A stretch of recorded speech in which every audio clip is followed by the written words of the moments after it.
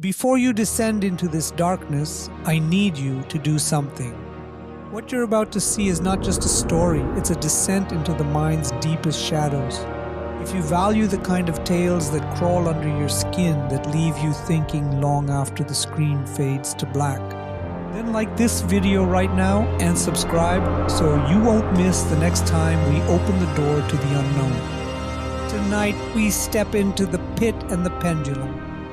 And once we begin, there's no going back. There are stories that demand to be felt, not merely seen. They linger in the mind, etched by shadow and stark light, a testament to the human spirit's enduring struggle. This is a journey into the heart of such a narrative, a cinematic exploration of a world defined by its oppressive beauty.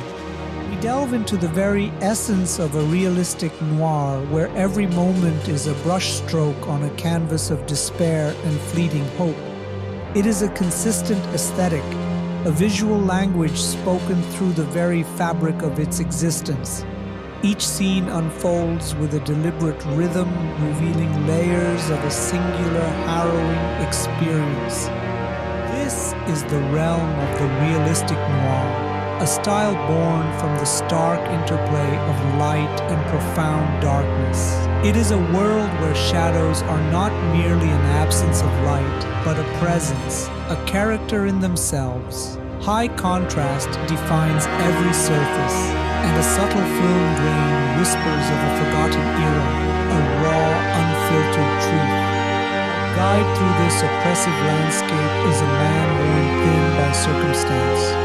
His face is pale, etched with an exhaustion that runs bone deep. Dark hair, disheveled and matted, frames eyes that have seen too much, or perhaps too little of what matters. His shirt, once white, now bears the stains of his ordeal, a testament to his fall. Dark pants cling to a frame that seems to carry the weight of the world. The setting itself breathes oppression. A damp medieval stone dungeon, its very air thick with the scent of decay and forgotten time. The walls weep with moisture and the cold seeps into the soul. This is not merely a place, it is a state of being, a prison of the mind as much as the body. The journey begins in a corridor, impossibly narrow, stretching into an abyss of darkness. Each step echoes, swallowed by the oppressive silence, a testament to the profound isolation. The air hangs heavy, thick with the scent of damp stone and something else, something metallic and cold. A figure moves through this oppressive space, his steps cautious, deliberate. He is a shadow among shadows, his presence barely disturbing the stillness. Every movement is measured, a silent prayer against unseen threats lurking in the impenetrable gloom. He is a man on the precipice, his fate hanging by a thread. His eyes in the profound darkness are windows to a soul in torment. They hold a flicker of desperation, a raw, unyielding fear that speaks volumes without a single word. Yet beneath the terror, there is a spark, a stubborn refusal to yield, a silent defiance against the encroaching despair. The scene shifts to a hall vast and shadowy where the air crackles with an unseen tension. Robed figures, their faces obscured by the deep hoods of their garments, sit in judgment. Flickering candlelight casts dancing shadows, distorting their forms, making them seem less human, more like specters of an ancient, unforgiving law. Before this silent tribunal stands the man, a solitary figure against the overwhelming presence of his accusers. He is exposed, vulnerable, yet there is a quiet dignity in his stance, a refusal to break under the weight of their collective gaze. The air is thick with unspoken accusations, a palpable sense of condemnation. His hand, clenched tightly around the edge of a rough wooden bench, tells a story of its own. The knuckles are white, strained, a silent testament to the immense pressure he endures. It is a grip of desperation, of a man holding on to the last vestiges of his sanity, his very being, against an insurmountable force.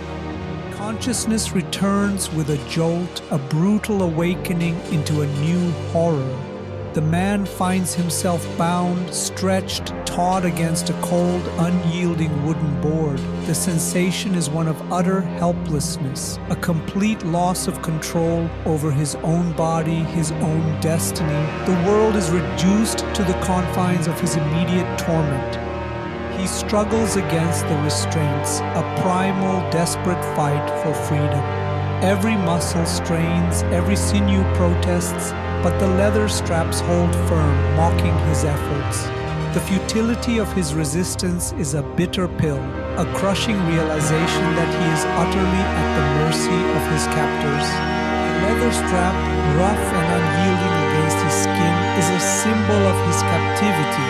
It is cold, impersonal, a stark reminder of the forces that bind him. Its texture speaks of age and use, of countless others who have felt its unforgiving embrace, a chilling legacy of suffering. From the depths of the dungeon, an ominous presence emerges, a massive curved blade swinging with a slow, deliberate rhythm. It is a pendulum of death, its arc growing wider with each pass, a silent countdown to an inevitable end. The air itself seems to vibrate with its chilling promise. The man's face contorts in raw, unadulterated terror. His eyes, wide with primal fear, track the relentless descent of the blade. Every fiber of his being screams in silent protest, a desperate plea against the encroaching doom. This is the face of a man confronting his own mortality, stripped bare of all pretense. The blade itself is a masterpiece of cruel design.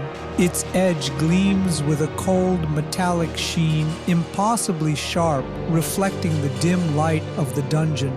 Every curve, every facet speaks of its singular, horrifying purpose, a testament to the ingenuity of torment. It is a thing of terrible beauty.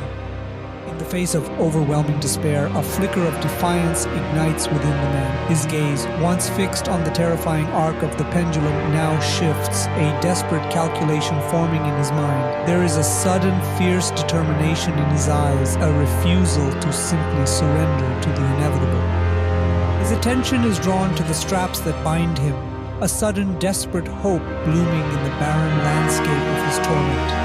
The pendulum continues its relentless swing in the background, a constant, chilling reminder of the ticking clock. But now, his focus is elsewhere, on the possibility of escape. A plan, desperate and audacious, begins to form. It is a gamble against impossible odds, a last desperate throw of the dice. The very air seems to hum with the tension of his internal struggle, the battle between despair and a fragile, burgeoning hope. From the deepest recesses of the dungeon, a new horror emerges. A swarm of rats, their eyes glinting in the dim light, pour forth from the cracks in the ancient stone. Their collective movement is a rustling tide, a living carpet of filth and desperation, an embodiment of the dungeon's decay. The rats begin to climb, their small clawed feet finding purchase on the rough stone, their bodies a writhing mass moving inexorably towards the man. Their presence is a visceral assault, a new layer of torment added to his already unbearable plight. They are a living manifestation of the dungeon's malevolence. A close-up reveals the horrifying detail. The rat's teeth, sharp and yellowed, gnawing at the leather straps that bind him. Each bite is a tiny victory, a slow, agonizing liberation. The sound, though unheard, is imagined, a chilling symphony of desperation and the gnawing edge of freedom. A sudden, violent lurch, a desperate surge of strength, and the man is free. The straps, weakened by the relentless gnawing, finally give way. He rolls, a desperate, uncoordinated movement just as the massive blade of the pendulum sweeps through the space where his body had been moments before. The air rushes past, a chilling whisper of what might have been. The sound of the blade, a terrifying whoosh, echoes in the confined space, a stark reminder of his narrow escape. He is alive, but the brush with death leaves an indelible mark, a cold dread that lingers in his very bones. He scrambles, his body screaming in protest, but a primal instinct for survival propels him forward. The dungeon, once a tomb, now feels like a desperate race against time. Every shadow seems to hold a new threat, every sound a new terror. The very structure of the dungeon begins to shift, to breathe with a terrifying, malevolent life. The ancient stone walls, once cold and inert, now glow with an ominous, internal red light. They begin to close in, slowly, inexorably, a crushing embrace of stone and despair.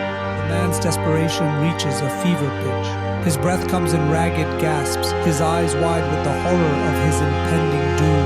He pounds against the unyielding stone, a futile gesture against the overwhelming force of the closing walls. There is no escape, no quarter, only the relentless advance of the prison itself.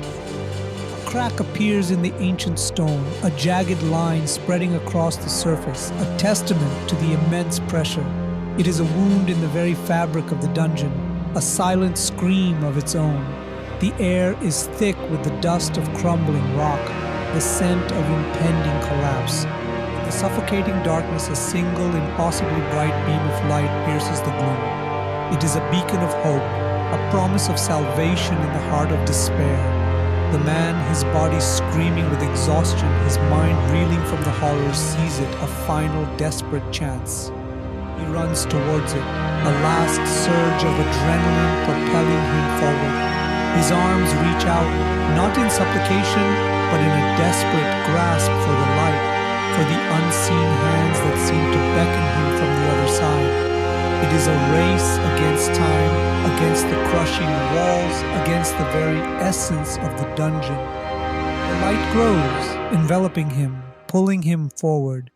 It is a moment of pure, unadulterated hope, a crescendo of emotion after the relentless torment.